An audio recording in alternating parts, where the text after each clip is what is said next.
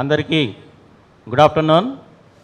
ఈరోజు ఈ international youth డేని Indian Red Cross Society NTR district వారు నిర్వహిస్తూ మీ అందరికీ ఎలక్ట్యూషన్ కాంపిటీషన్ నిర్వహిస్తున్నాం. ఇప్పుడు ఈ కాంపిటీషన్ ముందుగా డాక్టర్ సమరం గారిని మాట్లాడవలసిందిగా కోరుతున్నాను. వేదిక మీద న్యాయ నిర్ణేతలకి, ఇక వచ్చిన యంగ్ అండ్ డైనమిక్ యూత్కి అందరికీ Indian Red Cross Society NTR district తరఫున స్వాగతం పలుకుతున్నాను. రెడ్ క్రాస్ అంటే మీ అందరికి తెలిసిందే, మానవీయ దృష్టితో అనేక కార్యక్రమాలు చేపడుతుంది.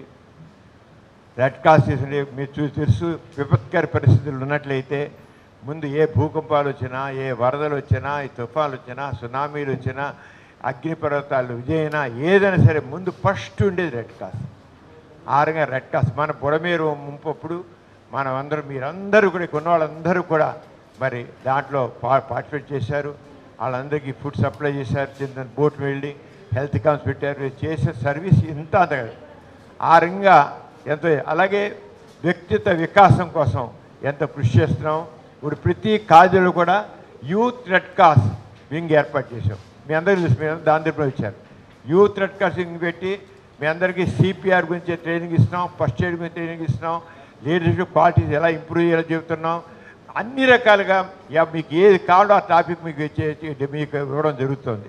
అంచేత మీరందరూ కూడా యూత్ రెడ్ క్రాస్లో మన గవర్నర్ గారు ప్రతి కాలేజీలో కూడా రెడ్ క్రాస్ స్పిరిట్తో యూత్ తయారవ్వాలి అని, మన ప్రధానమంత్రి గారు కూడా, మోడీ గారు కూడా 2047కి వికసిత భారత్, మన భారతదేశం 2047కి అగ్రదేశాల సరసన నిలబడాలి అన్నారు.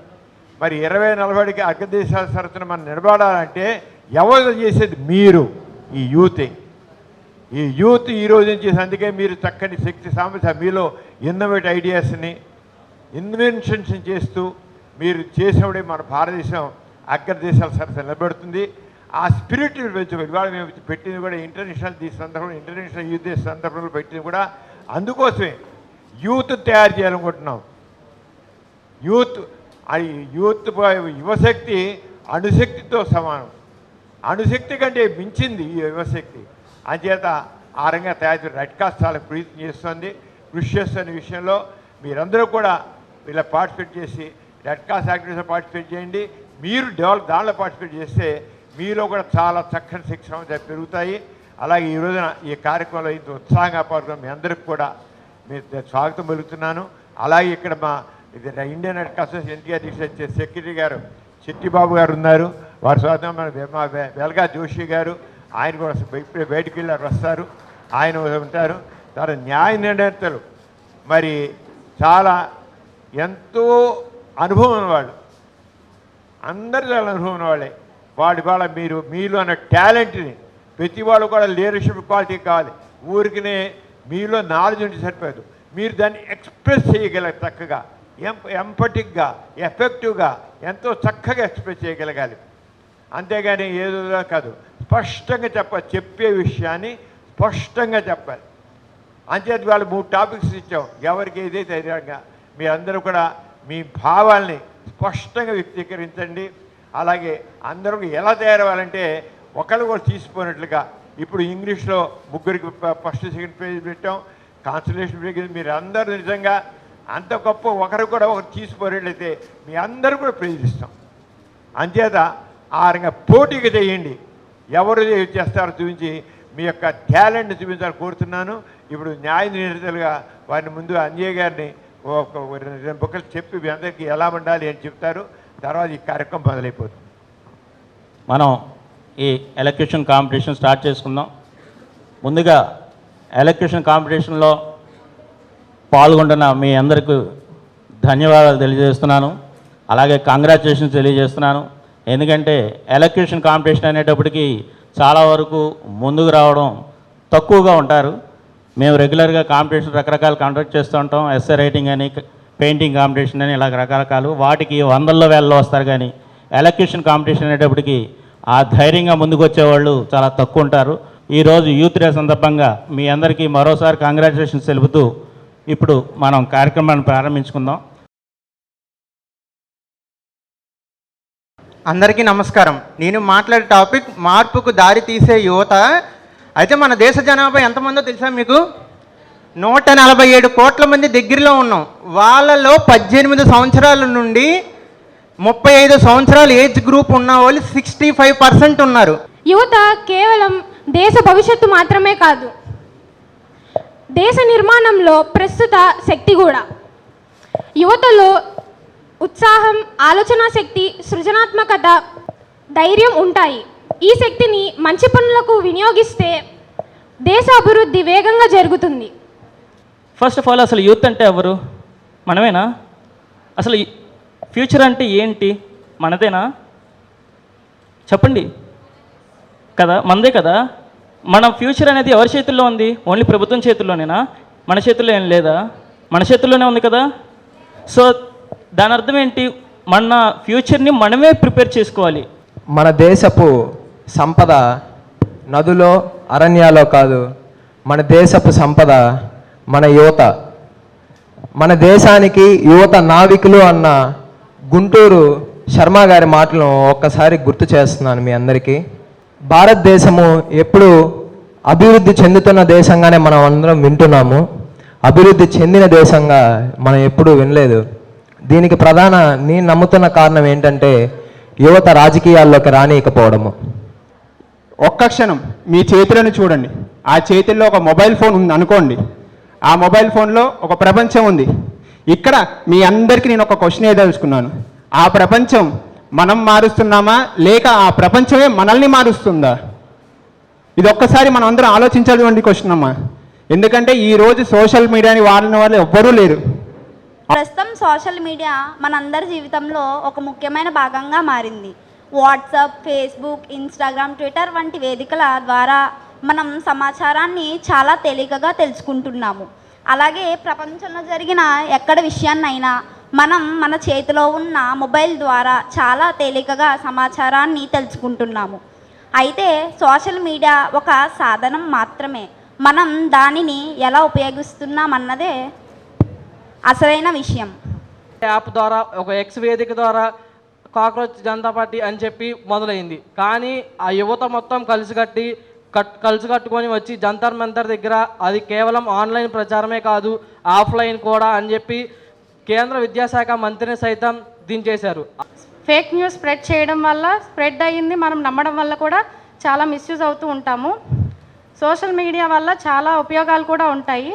దాంట్లో మొదటిగా మనం సోషల్ మీడియా వల్ల మన కెరియర్ని చాలా మంచిగా బిల్డ్ చేసుకుంటూ రావచ్చు. ఎన్నో జాబ్ ఆపర్చునిటీస్ అలాంటివి మనం సోషల్ మీడియా ద్వారా తెలుసుకొని వాటిలో వెళ్ళి మనం పార్టిసిపేట్ చేయొచ్చు. అండ్ దానివల్ల సోషల్ మీడియా వల్ల కూడా మనం ఇన్కమ్ అనేది ఎర్న్ కూడా చేసుకోవచ్చు.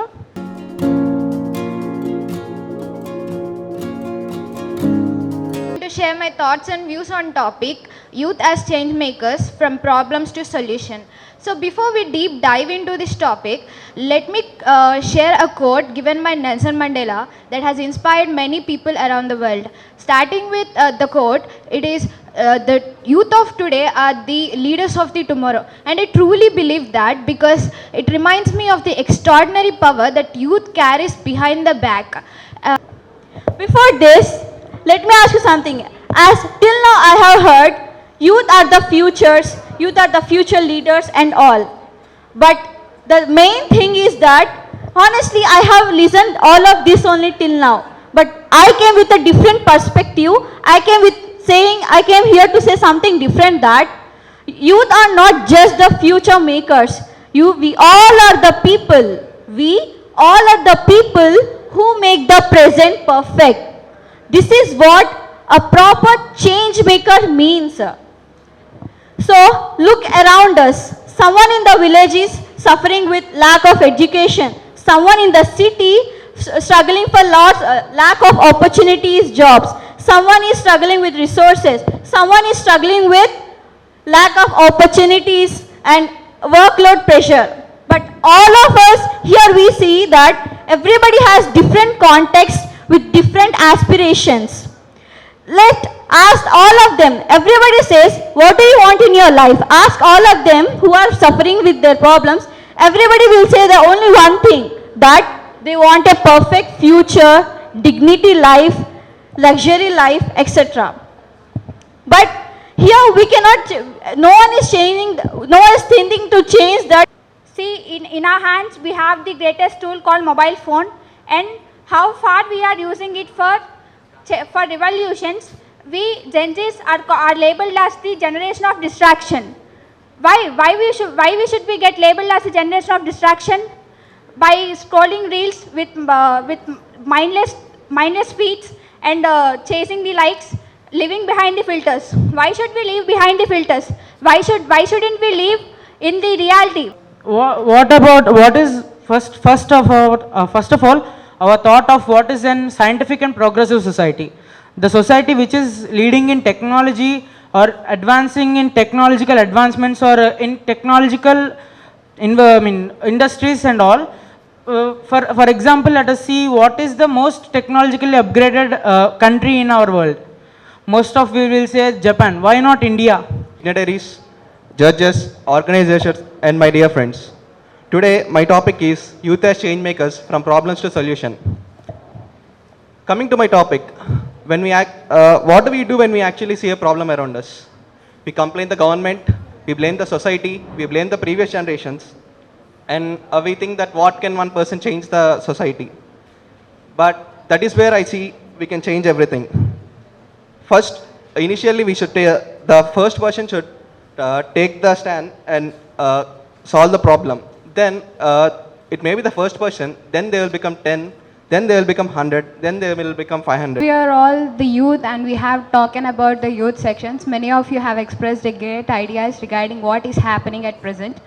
Yeah, and I would like to share is we have seen a lot in our present society that a major role has been taken by our youth.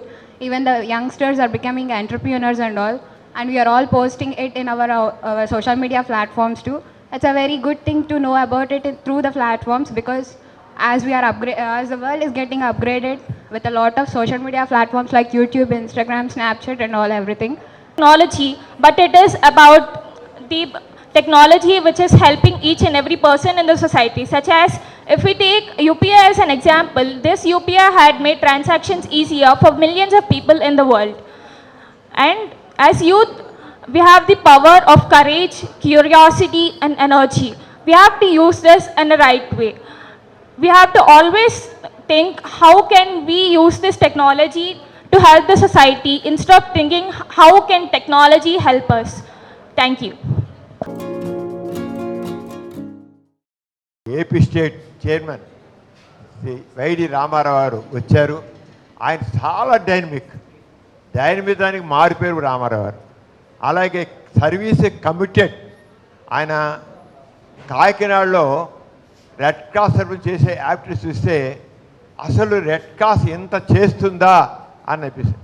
ఎంత గొప్పగా చేస్తారంటే మీకు చిన్న చెప్తాను, అక్కడ సీనియర్ సిటిజన్స్ వృద్ధాశ్రమం ఉంది. ఆ వృద్ధాశ్రమం అంటే ఏదో మామూలుగా ఒక ఇంట్లో పడేసి డాబాలో పడేసేది.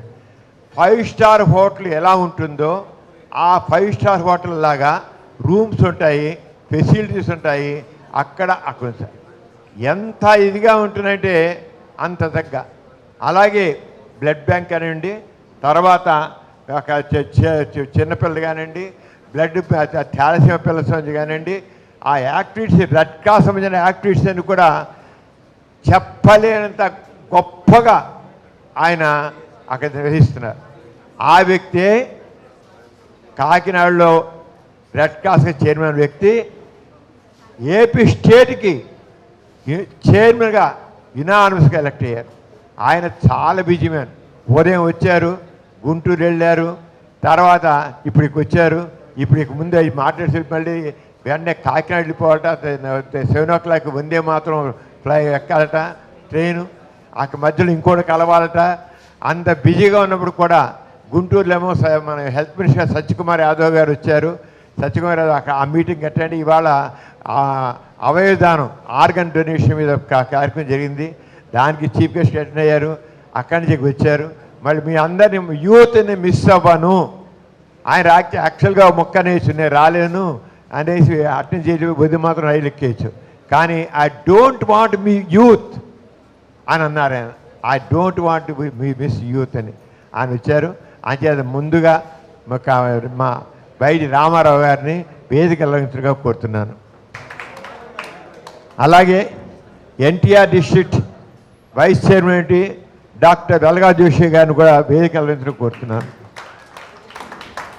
అలాగే ఎన్టీఆర్ డిస్ట్రిక్ట్ సెక్రటరీ ఆయన చిట్టిబాబు గారు, ఆయన ఎంత కమిటెడ్ పర్సన్ అంటే అంత committed person, very dedicated, disciplined person, చాలా చాలా డెడికేటెడ్ వర్క్ చేస్తారు, చాలా కమిటెడ్ చేస్తారు.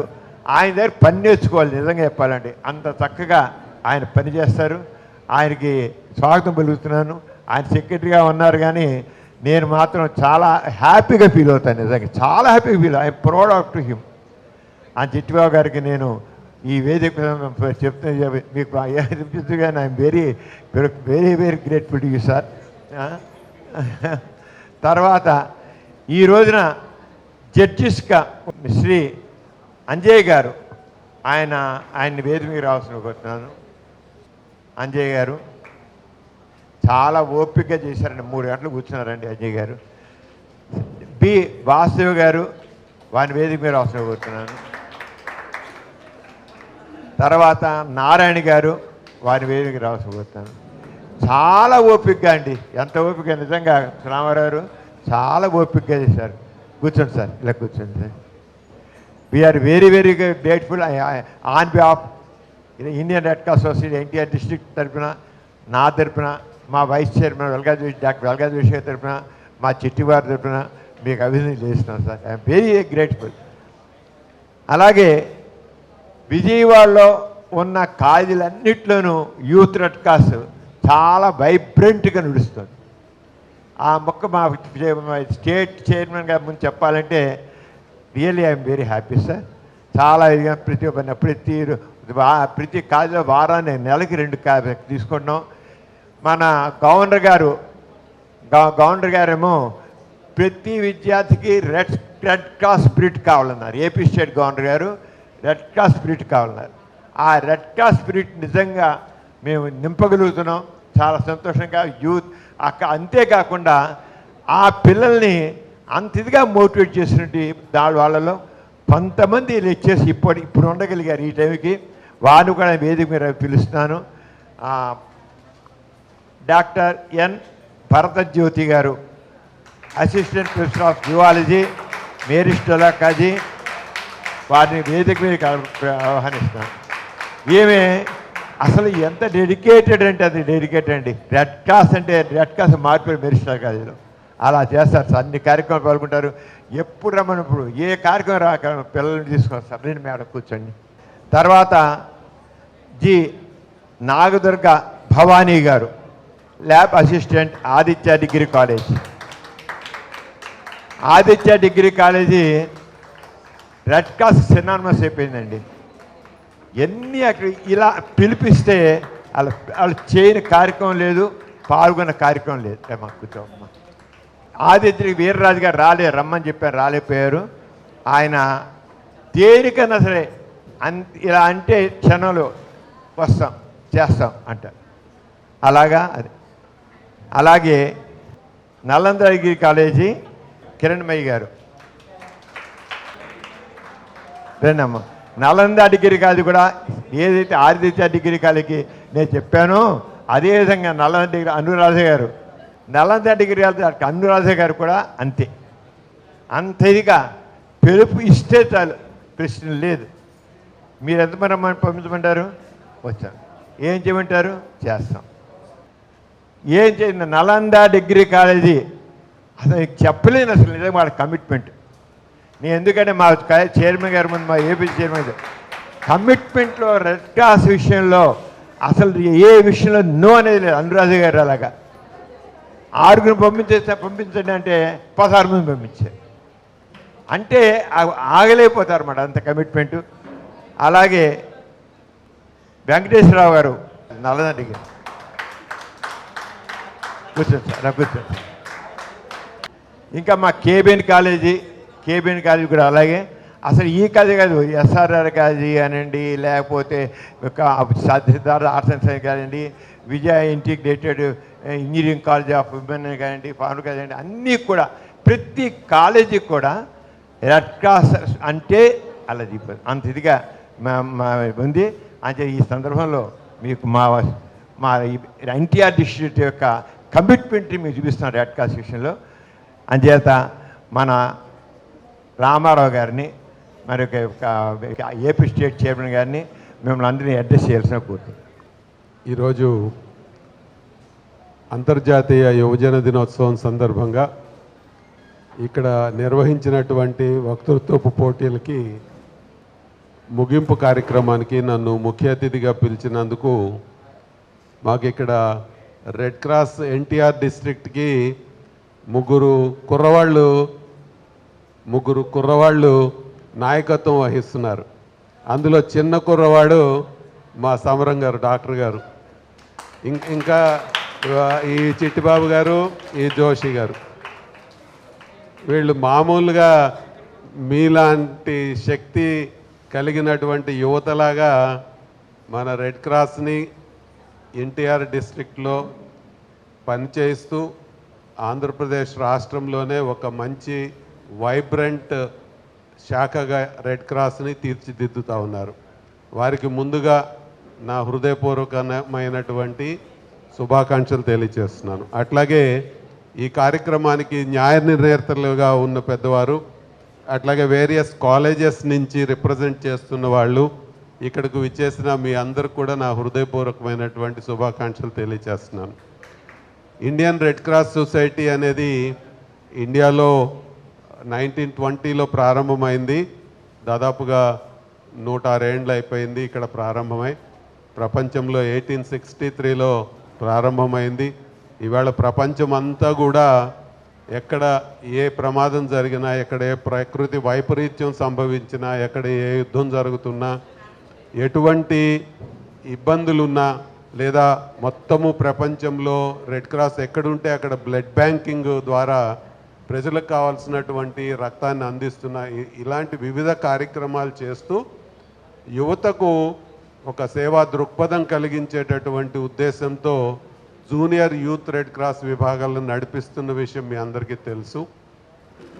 ఆ యొక్క విభాగాల ద్వారా చాలా సర్వీసెస్ జరుగుతూ ఉన్నాయి. లక్షలాది మంది ఇందులో సభ్యులుగా ఉండి అనేక సేవా కార్యక్రమాలు చేస్తూ ఉన్నారు. మీరు పర్టికులర్గా విజయవాడలో ఉన్న అన్ని కాలేజెస్లో కూడా మా యాక్టివిటీస్లో పార్టిసిపేట్ చేస్తున్నందుకు కాలేజీ నిర్వహించే వారిని, యాజమాన్యాలని, విద్యార్థుల్ని నేను హృదయపూర్వకంగా అభినందిస్తున్నాను. మన దేశంలో ఉన్న జనాభాలో మనకున్నటువంటి శక్తి, అదృష్టం ఏమిటంటే దాదాపుగా 50% మంది మనకు 25 ఇయర్స్ లోపు వాళ్ళు, సుమారుగా 60% మంది 35 ఇయర్స్ లోపు వాళ్ళు. అంటే మనది ప్రస్తుతము యువ భారతం.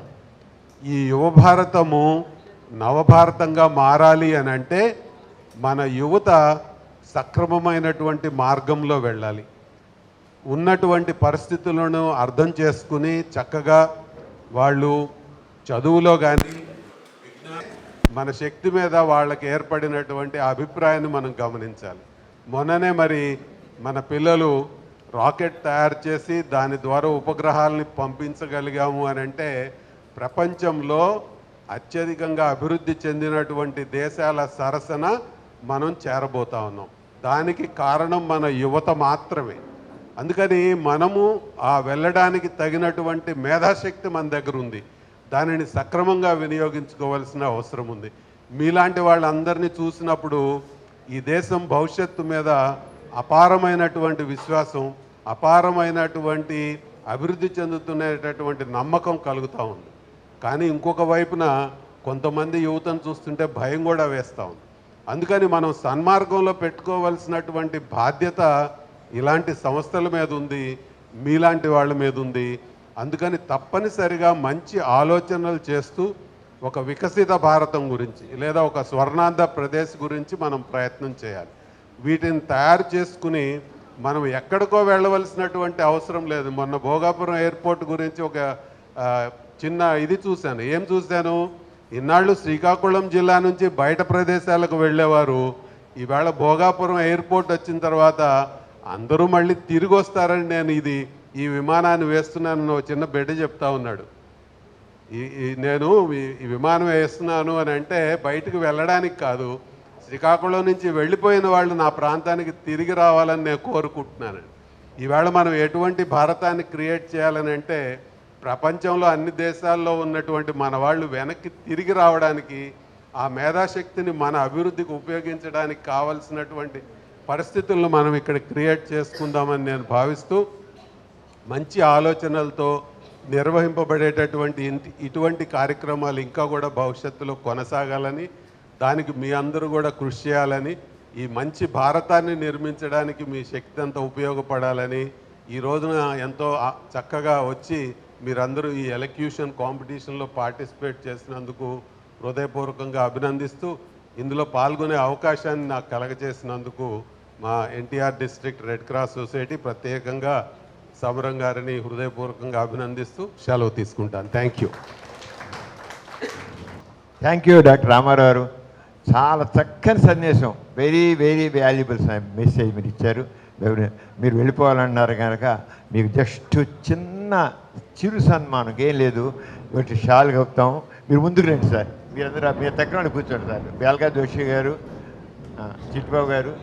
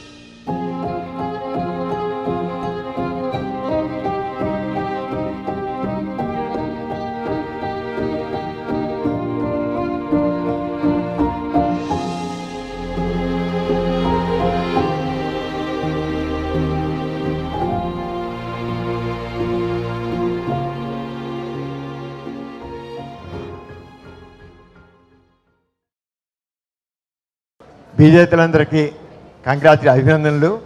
ఇవాళ వచ్చిన వాళ్ళందరూ ప్రేజ్ రాలేదనుకోవద్దు, ఇంకా మీరు failures are stepping stone for success అంటారు. ఒకవేళ లేకపోతే సక్సెస్ ఇది అవుతుంది అని ట్రై చేయండి. ప్రేజ్ అనేవాళ్ళు తప్పకుండా సాధిస్తారు, విజయం సాధిస్తారు. అది ఏమాత్రం కష్టం కాదు. అంచేత మాకు మరి ప్రిన్సిపాల్ గారు ఉన్నారు, మరి ఆయన ఏం చేశారు తెలియదు నాకు. ఆ రోజుల్లో ఆయన మాకు ప్రిన్సిపాల్ కాదు, ఆయన ఇప్పుడు వైస్ ప్రెసిడెంట్, ఆయన వైస్ చైర్మన్. కానీ పిల్లల్ని మాత్రం తయారు చేయాలి, ముఖ్యంగా కాలేజీ లెవెల్లో తయారు చేయాలి. హై స్కూల్ లెవెల్ మొలవాలి, కాలేజీ లెవెల్లో మాత్రం వాళ్ళు బాగా తయారు చేయాలి. వాళ్ళ వ్యక్తిత్వాన్ని, పర్సనాలిటీని బాగా డెవలప్ చేయాలి. కేవలం క్లాస్ రూమ్లో పాఠమే కాదు, క్లాస్ రూమ్లో పాఠం అనేది మనకి ఎందుకు మనిషిగా వ్యక్తిత్వాన్ని తీసుకురాదు. మన పర్సనాలిటీ క్లాస్ రూమ్లో పాఠంతో పాటు మన వ్యక్తిత్వ వికాసం కావాలి. ఇంతమంది టీచర్స్ మనం చెబుతున్నా, ఇక ఉన్నారు మీ లెక్చర్స్ ఉన్నారు, ఈ నలంద ఆయన, మీరు తయారు చేయండి మనుషుల్ని. మీరు లేకపోతే బయటికి వెళ్ళి ఊరికి సర్టిఫికేట్ చేతులు పడేసి పారేస్తున్నారు, మనిషిని బయటకు వేస్తున్నారు. వాళ్ళు ఎందుకు పనికి అట్లా? యూనివర్సిటీ మధ్యలో ఒక పాస్ సర్టిఫికేట్ వేస్తున్నారు, ఎందుకు పనికి? చివరికి ఎక్కడో ఉద్యోగం వెంటబడి ఒక సర్టిఫికేట్ వాళ్ళ దయతో మనం బతుకుతున్నాం. నో, మన వ్యక్తిత్వం కావాలి. ఇలా పార్టిసిపేట్ చేసేది వస్తుంది, ఇలా చేసే లీడర్షిప్ క్వాలిటీ వస్తాయి, ఇలా చేసే నాయకత్వ లక్షణాలు వస్తాయి, ఇలా చేసే పర్సనల్ డెవలప్మెంట్ అది చేయాలి కోరుతూ మరి ఇంత చక్కగా పాటించిన ధన్యవాదాలు ఇస్తున్నాను. ఎంతో బిజీగా ఉన్న మా వెలగా జోషి గారు, ఎంతో విజయం మా చిట్టిబాబు గారికి వచ్చేందుకు చేస్తూ మా రామారావు కూడా ఈ సందర్భంలో చేస్తున్నాను. అందరికీ జై హింద్.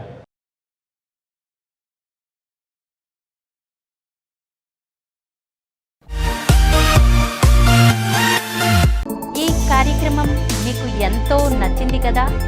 ఇటువంటి మరిన్ని వీడియోల కోసం అనతి కాలంలోనే 21 కోట్ల వ్యూస్ సాధించిన సమరం ఛానల్ సమర్పించు భ్రమరం భవిత ఛానల్కు సబ్స్క్రైబ్ చేయండి, లైక్ చేయండి, మీ ఫ్రెండ్స్కి షేర్ చేయండి. అలాగే ప్రక్కనున్న గంట సింబల్ని ప్రెస్ చేయడం మర్చిపోకండి.